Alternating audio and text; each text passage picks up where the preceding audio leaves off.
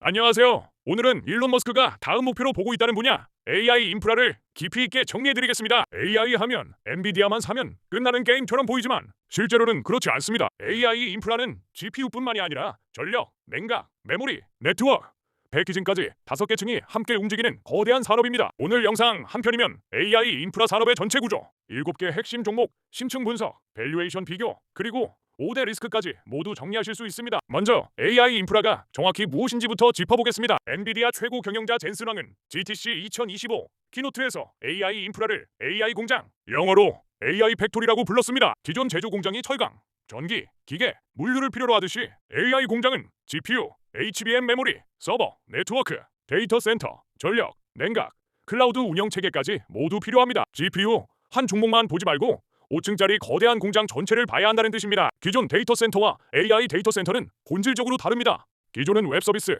데이터베이스, 사스, 저장 공간 같은 일반 클라우드 작업을 처리했어요. 반면 AI 데이터 센터는 수천 개의 GPU가 하나의 거대한 컴퓨터처럼 움직여야 합니다. GPU끼리 연결하는 네트워크, HBM 같은 고성능 메모리, 전력 안정성, 냉각 효율이 모두 AI 성능을 결정합니다. AI 인프라는 정확히 5개 층으로 쌓여 있습니다. 1층은 반도체 설계, 엔비디아와 AMD, 브로드컴이 들어갑니다. 2층은 생산과 패키징, 즉 파운드리로 TSM과 삼성, 인텔이 자리 잡고 있고 코오스 패키징이 핵심입니다. 3층은 메모리, SK 하이닉스와 삼성전자, 마이크론이 HBM과 AI 디램을 만듭니다. 4층은 서버와 네트워크, 냉각으로 아리스타와 버티브가 대표 기업입니다. 5층은 클라우드와 운영, AWS, 애저, GCP 같은 빅테크 클라우드와 GPU 전문 클라우드 코어 위브가 자리 잡고 있습니다. 이 5층 구조에서 진짜 중요한 건 어디에 병목이 있느냐입니다. 결론부터 말씀드리면 병목 3가지가 산업 전체의 가격 결정력을 좌우합니다. 첫 번째 병목, 전력과 냉각입니다. IEA에 따르면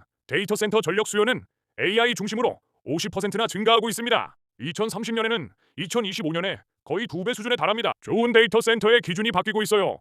단순히 부지가 넓은 곳이 아니라 전력을 실제로 받을 수 있는, 즉 전력인이 여력이 있는 데이터 센터만 가치를 갖습니다. 여기에 따라 버티브의 냉각, 이튼의 전력 관리, 콘스텔레이션 에너지의 원전 같은 전력과 냉각 기업의 전략적 가치가 부상하고 있습니다. 두 번째 병목, HBM 메모리와 코오스, 패키징, 그리고 네트워크입니다. HBM 공급 부족은 반도체 업계 분석상 최소 2027년 말까지 이어집니다. GPU가 아무리 많아도 HBM이 부족하면 AI 서버를 충분히 만들 수 없습니다. 첨단 패키징, 코오스는 GPU와 HBM을 하나로 통합하는 기술인데 수요 대비 공급이 지속적으로 부족하고 TSM만 대규모 양산이 가능합니다. GPU가 많아질수록 GPU끼리 빠르게 연결하는 네트워킹 기술도 중요해집니다. AI 클러스터에서는 GPU 자체보다 GPU 사이 통신이 병목이 될 수 있습니다. 세 번째 병목, 가격 결정력입니다. 엔비디아의 GPU, TSM의 파운드리, SK 하이닉스와 마이크론의 HBM처럼 대체 불가능한 기술을 보유한 기업이 진짜 수혜를 독점합니다. 단순히 GPU를 빌려주는 사업은 전력 확보, 낮은 조달 비용,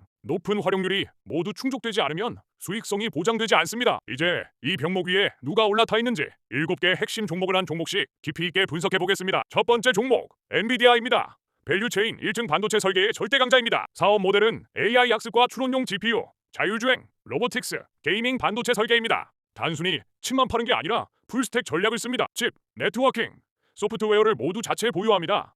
네트워킹은 엔비링크와 인피니밴드, 소프트웨어는 네모와 텐서알티가 있습니다. 엔비디아의 진짜 해자는 쿠다 소프트웨어 생태계입니다.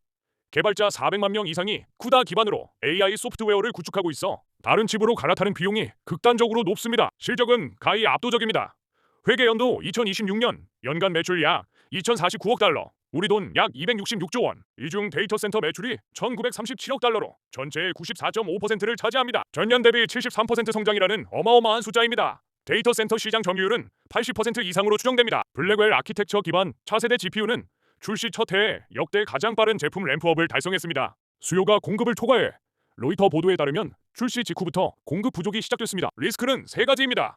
구글 TPU와 AWS 트레이니움 같은 커스텀 ASIC의 점유율 잠식 가능성, 미중 기술 규제 강화에 따른 중국 매출 감소, 그리고 시총 3조 달러 회사로서 밸류에이션 프리미엄 지속 여부입니다. 두 번째 종목, 브로드컴입니다.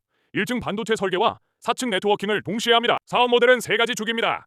AI 커스텀, ASIC 설계, 네트워크 스위치 칩, 그리고 VM웨어 인수를 통한 인프라 소프트웨어. 커스텀 ASIC 부문에서 구글 TPU, 메타, MTIA 등 빅테크 전용 칩을 동시에 설계하는 유일한 기업이라는 점이 핵심입니다. 엔비디아의 대안을 원하는 빅테크의 핵심 파트너로 자리매김했습니다. 네트워크 스위치 시장에서도 이더넷 기반 AI 패브릭 리더입니다. 엔비디아 인피니밴드와 경쟁하는 구도를 만들었습니다. VM웨어 인수를 2023년 완료한 이후 인프라 소프트웨어 부문에서 연간 200억 달러 이상의 매출이 발생하고 있어 하이브리드 클라우드 영역까지 진입했습니다. 회계연도 2025 AI 관련 매출이 전체 반도체 매출의 40% 이상을 차지할 전망이고 시총은 약 1조 달러 수준입니다. 리스크는 커스텀 A식이 범용 GP U 대비 생태계 유연성에서 열이라는 점, VM웨어 인수에 따른 높은 부채 부담, 그리고 상위 세계 고객 비중이 과도한 고객 집중 리스크입니다. 세 번째 종목 TSM입니다. 밸류체인 2층 파운드리와 첨단 패키징의 절대 강자, 사실상의 독점 기업입니다. 사업 모델은 세계 최대 반도체 위탁 생산 기업입니다.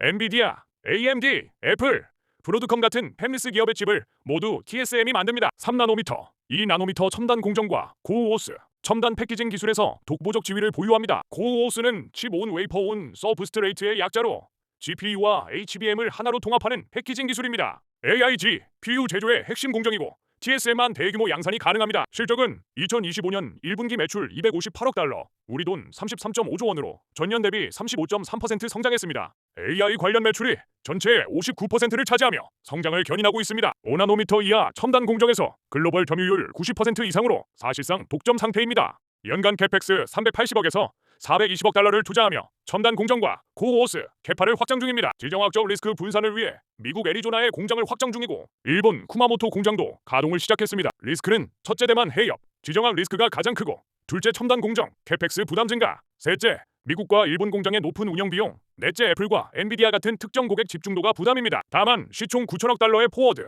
PER 22배로 AI 인프라 7종목 중 가장 저평가 구간이라는 점이 매력입니다. 미국 공장이 본격화되면 할인 축소 가능성이 있습니다. 네 번째 종목 마이크론입니다. 밸류체인 3층 메모리, 특히 HBM 양산이 핵심입니다. 사업 모델은 DRAM과 낸드 플래시, 그리고 AI 서버용 HBM 제조입니다. AI 서버에는 GPU당 8개에서 12개의 HBM 모듈이 탑재됩니다. AI 서버 1대당 필요한 메모리 용량이 일반 서버 대비 8배 이상으로 메모리 수요 자체가 폭증하고 있습니다. 마이크론은 SK 하이닉스, 삼성전자와 함께 전 세계 메모리 시장을 과점하고 있습니다. 3사 합산 점유율이 95% 이상으로 가격 결정력을 보장하는 구조입니다. 회계연도 2025 2분기 매출 80억 달러, 약 10.5조 원으로 전년 대비 38.3% 성장했습니다. HBM 매출은 전분기 대비 2배 이상 증가했고 연간 HBM 매출 목표를 상향 조정했습니다. HBM 3위 12단 양산에 성공해 엔비디아 블랙웰 GP U에 공급 중입니다. 차세대 HBM 4 개발도 진행 중이라 메모리 사이클 회복기에 가장 큰 수혜가 예상됩니다. 포워드 PER 14배로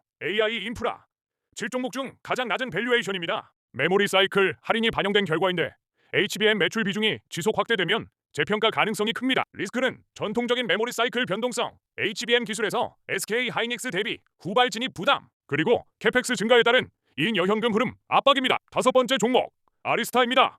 밸류체인 4층 AI 네트워킹의 강자입니다. 사업 모델은 데이터 센터용 고성능 네트워크 스위치와 소프트웨어 공급입니다. AI 클러스터에서 수천 개의 GPU가 실시간으로 데이터를 주고받으려면 초고속 네트워크가 필수입니다. 아리스타의 400G, 800G 이더넷 스위치가 이 역할을 담당합니다. 핵심 차별점은 EOS 소프트웨어 플랫폼으로 락인 효과를 만든다는 점입니다. 2025년 1분기 매출 18.7억 달러, 약 2.4조 원으로 전년 대비 27.6% 성장했습니다. 메타와 마이크로소프트 등 빅테크의 AI 데이터 센터 확장이 주요 매출 동력입니다. AI 네트워킹 관련 매출이 전체의 25% 이상으로 추정되며 빠르게 비중이 커지고 있습니다. 리스크는 엔비디아 인피니 밴드 대비 이더넷의 AI 학습 성능 열리 논쟁이 있고 상위 2개 고객 비중이 40% 이상으로 고객 집중도가 높으며 시스코 같은 경쟁사의 AI 네트워킹 진출도 위협 요인입니다. 여섯 번째 종목 버티브입니다. 밸류체인 4층 전력과 냉각이 핵심입니다. 사업 모델은 데이터 센터 전력 관리, 냉각 시스템, 열 관리 솔루션 공급입니다. AI GPU, 특히 블랙웰 세대는 발열량이 기존 대비 2에서 3배 높아 공랭으로는 한계가 있습니다. 액체로 칩을 직접 식히는 액체 냉각 수요가 폭증하고 있습니다. 2025년 1분기 매출 20.4억 달러, 약 2.6조 원으로 전년 대비 24% 성장했습니다. 액체 냉각 매출은 전년 대비 3배 이상 성장한 것으로 추정됩니다. 수주잔고 백로그가 약 76억 달러로 역대 최대 수준이고 이 중 상당 부분이 AI 관련입니다. 글로벌 데이터 센터 인프라 시장 1위로 설치 기반 대비 유지 보수 매출 확보가 강점입니다. 리스크는 높은 밸류에이션, 설비 투자 사이클에 따른 매출 변동성, 그리고 냉각 기술 경쟁 심화입니다. 마지막 7번째 종목 코어웨이브입니다. 밸류체인 5층 AI 전용 클라우드입니다. 사업 모델은 엔비디아 GPU 기반 AI 전용 클라우드 서비스입니다. AWS, 애저, GCP 같은 범용 클라우드와 달리 GPU 컴퓨팅에 특화되어 있어 AI 모델 학습과 추론 워크로드에 최적화된 인프라를 제공합니다. 2025년 3월 기업 공개로 상장했습니다. 2024년 연간 매출 약 19억 달러로 전년 대비 737%라는 폭발적 성장을 기록했고, 마이크로소프트와의 단연간 클라우드 공급 계약 100억 달러 규모가 핵심 매출 동력입니다. 차별점은 엔비디아와의 독점적 파트너십으로 최신 GPU 우선 배정을 받는다는 점, 그리고 빅테크 대비 빠른 GPU 클러스터 구축 속도입니다. 다만 순손실이 지속되고 있고 부채 규모가 120억 달러 이상이라는 점이 큰 부담입니다. 마이크로소프트 비중 과도, GPU 가격 하락 시 마진 압박, 기업 공개 이후 밸류에이션 불확실성이 핵심 리스크입니다. 이제 7개 종목의 밸류에이션을 한눈에 비교해 보겠습니다. 엔비디아는 시총 약 3조 달러의 포워드 PER 30배, 매출 성장률 73%입니다. 시총 3조 달러 회사가 73% 성장하는 건 이례적이고,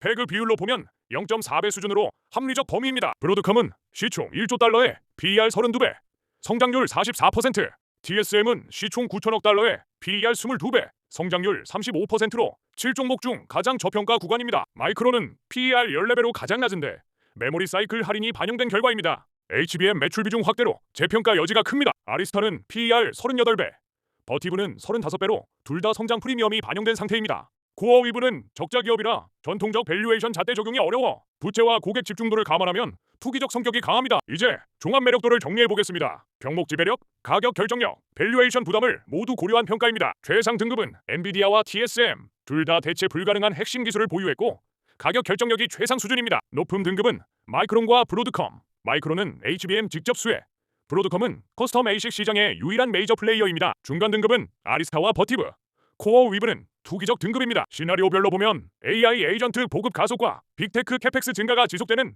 불 케이스에서는 엔비디아, TSM, 마이크론, 버티브가 가장 큰 수혜입니다. 현재 성장 추세 유지에 점진적 공급 확대가 일어나는 베이스 케이스에서는 TSM, 마이크론, 브로드컴이 안정적입니다. AI 수익화가 지연되고 효율화 모델이 부상하는 베어 케이스에서는 TSM과 브로드컴이 다각화로 방어가 가능합니다. 마지막으로 반드시 짚어야 할 5대 리스크입니다. 첫째, 밸류에이션 과열입니다. 빅테크 캐펙스 사이클 둔화나 AI 수익화 지연 시 조정 위험이 큽니다. 둘째, 지정학 리스크.